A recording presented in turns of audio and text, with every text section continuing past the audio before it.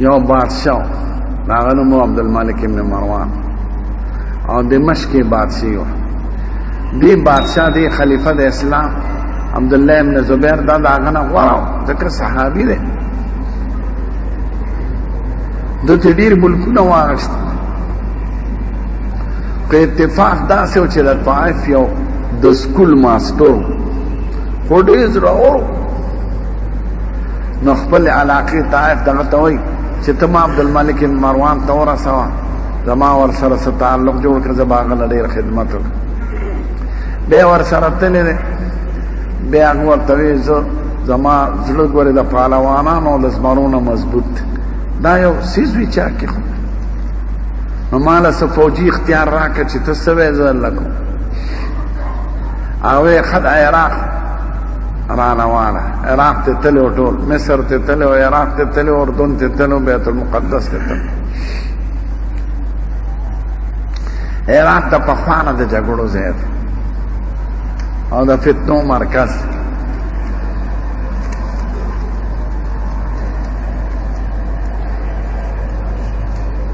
عراق کې دا عبدالله ابن زبیر رور والی حاکم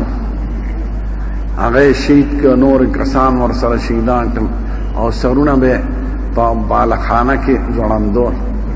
چې خلک ته عبرت وایي. هغه علاقه عبدالملک ابن مروان له واپس واغست. بیا ورته وایي صاحب یو لاس مې خالي دی یو لاس مې عراق کې دی نو څه حکم راته وکړه چې حجاز مقدس هم واله او ابن زبیر د الله ختم وی خزن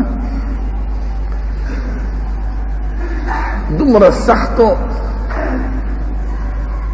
او دومره قتلونه یې کړي چې زمونږ په کتابونو کې وایي که د اسلام د زمانې نه تر قیامته پورې د ټولو بادشاهانو ظلمونه په یو چابړي کې کېږي او د حجاج بن یوسف ظلم په بل چابړي کې کېږي نو د ده دا ظلم به تې دروند دی. 1,00,000 عالمان او پاکان په دربار کې وجلي دي. را به اغوستل وی سر ته پرې کړي. هغه وی که د حکومت نه چا د ویښتومره مخالفت وکړه د هغه سزا قتل. نو چې په سپیانې یې وجلي عراق یې چې واش نو ډېره بدامني وه ګړبړو. وی که د چا نسیس پرېوت بغیر د خپل مالک نه که چا ورته لاس کې هغه نه به سر پرې کړو. رالي به هم نه پرېږدی چې پروت او ځي ذمواره او دکانونه به د شپې نه بندوي. بغداد کې دا حکم که چا دکان بند که دکان یې لوټ او مالک به یې سار پانسي کېږي. بیا معمولي سزا وه د ځناور.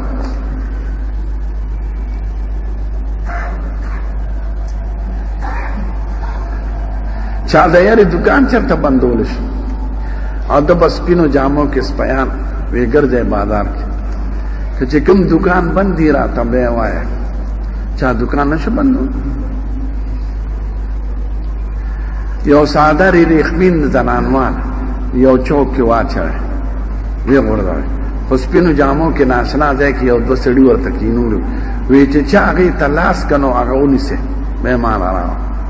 خو ته خدا ویلو چې بغیر د خپل مالک نه به بل څوک لاس کوي نه.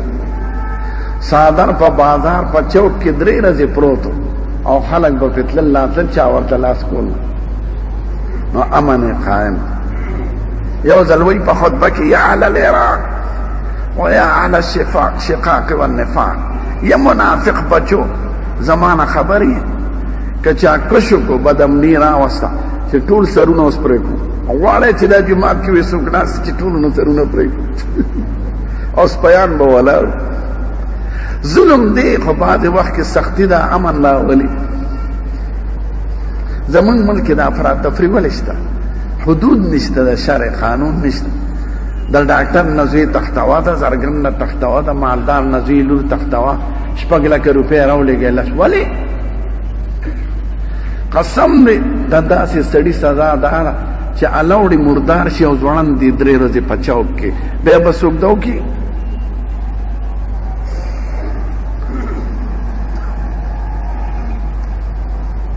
امریکا د پاکستانیان دا طالبانو نه تپوس کوي چې یاره افغانیان خو یو وحشي قوم و زناور زنګلیان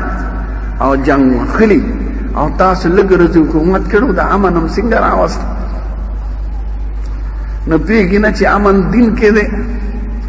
قسم دی طالبانو زمانه کې به خلکو ټوپک خپل دروازې مخې ته کېښول او که چا نه به 100 روپۍ بټوې لوټونه پراتو چا ورته لاس کولی نه ښکلی خلک او دا د شریعت اثر دی چې ظالم سره څوک رحم کوي دا ټولې معاشرې سره ظلم کوي ظالم سره به رحم نه کوي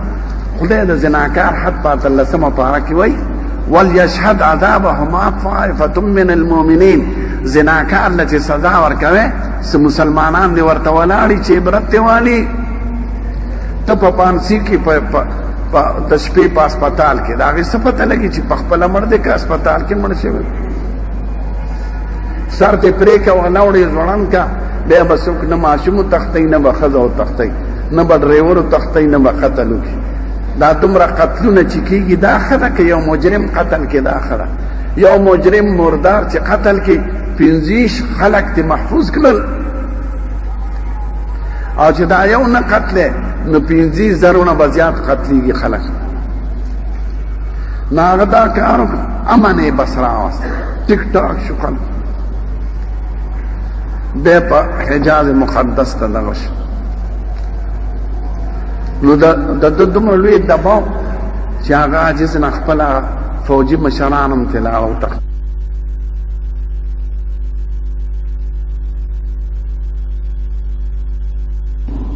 هغه و د هغې زمانې ټینګ دبابه او بیت الله شریف دا منارې د اور په ګولو ویشتې نو یو مناره ولګېده نو هغه په ده راپرېوته دې راونه چې ګټې په سړي راپرونځي یو چغه شوه چې ابن زبیر ولګېد نو هغه وخت کې فوجیان پرې رادن نه شو دې هغه ځنکدن وخت کې د 8 کسان وجلي چې ورنږدې کېدل وجل په آخر انسان په مکه مکرمه کې خط جنت المعمره نو دې ظالم بیا دا چل وکړه چې دا وی بیت الله شریف خو د ابن زبیر جوړه ده دا خو د نیکنامي راځي او دې دغه وخت کې باغي و د هغه په خیال کې نو عبدالملک مروان ته لیکي بادشاه ته چې دا د باغي بیت الله وه دا روانول پکار دي په هغه زوړ طرز یې جوړول پکار دي هغه یې روانه کړه هغه دمشق ده بیا روانه کړه دې ظالم او بیا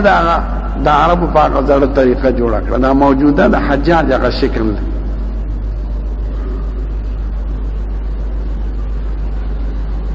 بیا یو بادشاه راغی هارون رشید 160 هجری کې او دا علماء را جمع کړه هغې کې وخت کې لوی عالم او امام مالک صاحب د مدینې منورې وی که ستاسو خوښی زه به دا بیت الله شریف هغه شان جوړه کړم چې څنګه د دواړو جهانو د سردار خواهش په بنیادونو د ابراهیم به جوړه کړم 2 دروازې به جوړه کړم امام مالک صاحب ورته وي د خدای دپاره نه دا به ستاسو د بادشاهانو د سیاست او د لوبو ځای شي پرېږده خدای ته به داسې خوښه چې ابوبکر پکې تبدیلي ونه کړه عمر فاروق ونه کړه عثمان ذوالنورین ونه کړه پرېږده په خپل حال ستانه به بل مخالف بادشاه راشي هغه به روانه کړي نو د خلقو د زړونو نه به د بیت الله شریف هغه عظمت او لویي او احترام لاړ شي پرېږده چې څه خدای ته نو دا مکه شان پاتې شو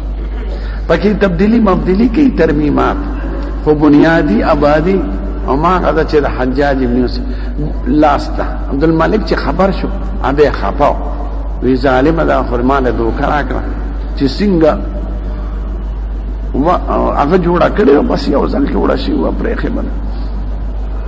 حجاج به ظلم کړی واجب کارونه هم کړی یو ټول عمر مونږ نه قضا کړی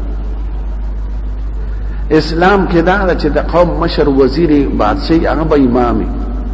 هغه وخت نه اسلام کې زوال لاغه چې بادشاہي جدا شو مون جدا شو کني زمون خپل پیغمبر بادشاہ مو پیغمبر مو امام حضرت ابوبکر صدیق بادشاہ مو پیغمبر او امام हमारे फारूक हजरत उस्मान ज़ुन्नूरैन हजरत अली मरतो چې بادشاہ په خپل امامت نشي ورکول ځان ورته بد اختیاري هغه وخت نه د اسلام زوال شروع شو نو حجاج په خپل هغه امام مشرب او دا ورته معلومه بعض خلکو ته چې او د سیم نشته خو مونږ نه پرې خو چا ورته د یاري ویل نشو وی ارسم را ظلم چې وکړي دي خلق وراته د کافر حکم را باندې شانه لګولې حکمون می قصدن پرې خو نو خلق براته کافر وای ځکه د سلف صالحینو په زمانہ کې مون پرې خودل د کفر سره برابر که شراب اسکل زنا اسکل مسلمان دی خو مجرم دی حکمون دې قصدن پرې خو د اسلام د دایره نه وته دی نو مون دې د یاري نه پرې خو دیم د قرآن شریف دا زور زیر د اعراب دا غلی کلی دی دریم چې وفات کېده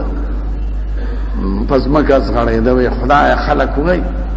چې ته به په ما رحم وکړې خو په ما رحم وکړې زه ډېر ګناهګار نو آخر کې جړا کوله ممکنه ده چې خدای معاف کړي د خدای خو ډېر لوی ذات نو دا موجوده د حجاج ابن یوسف د لاسه باندې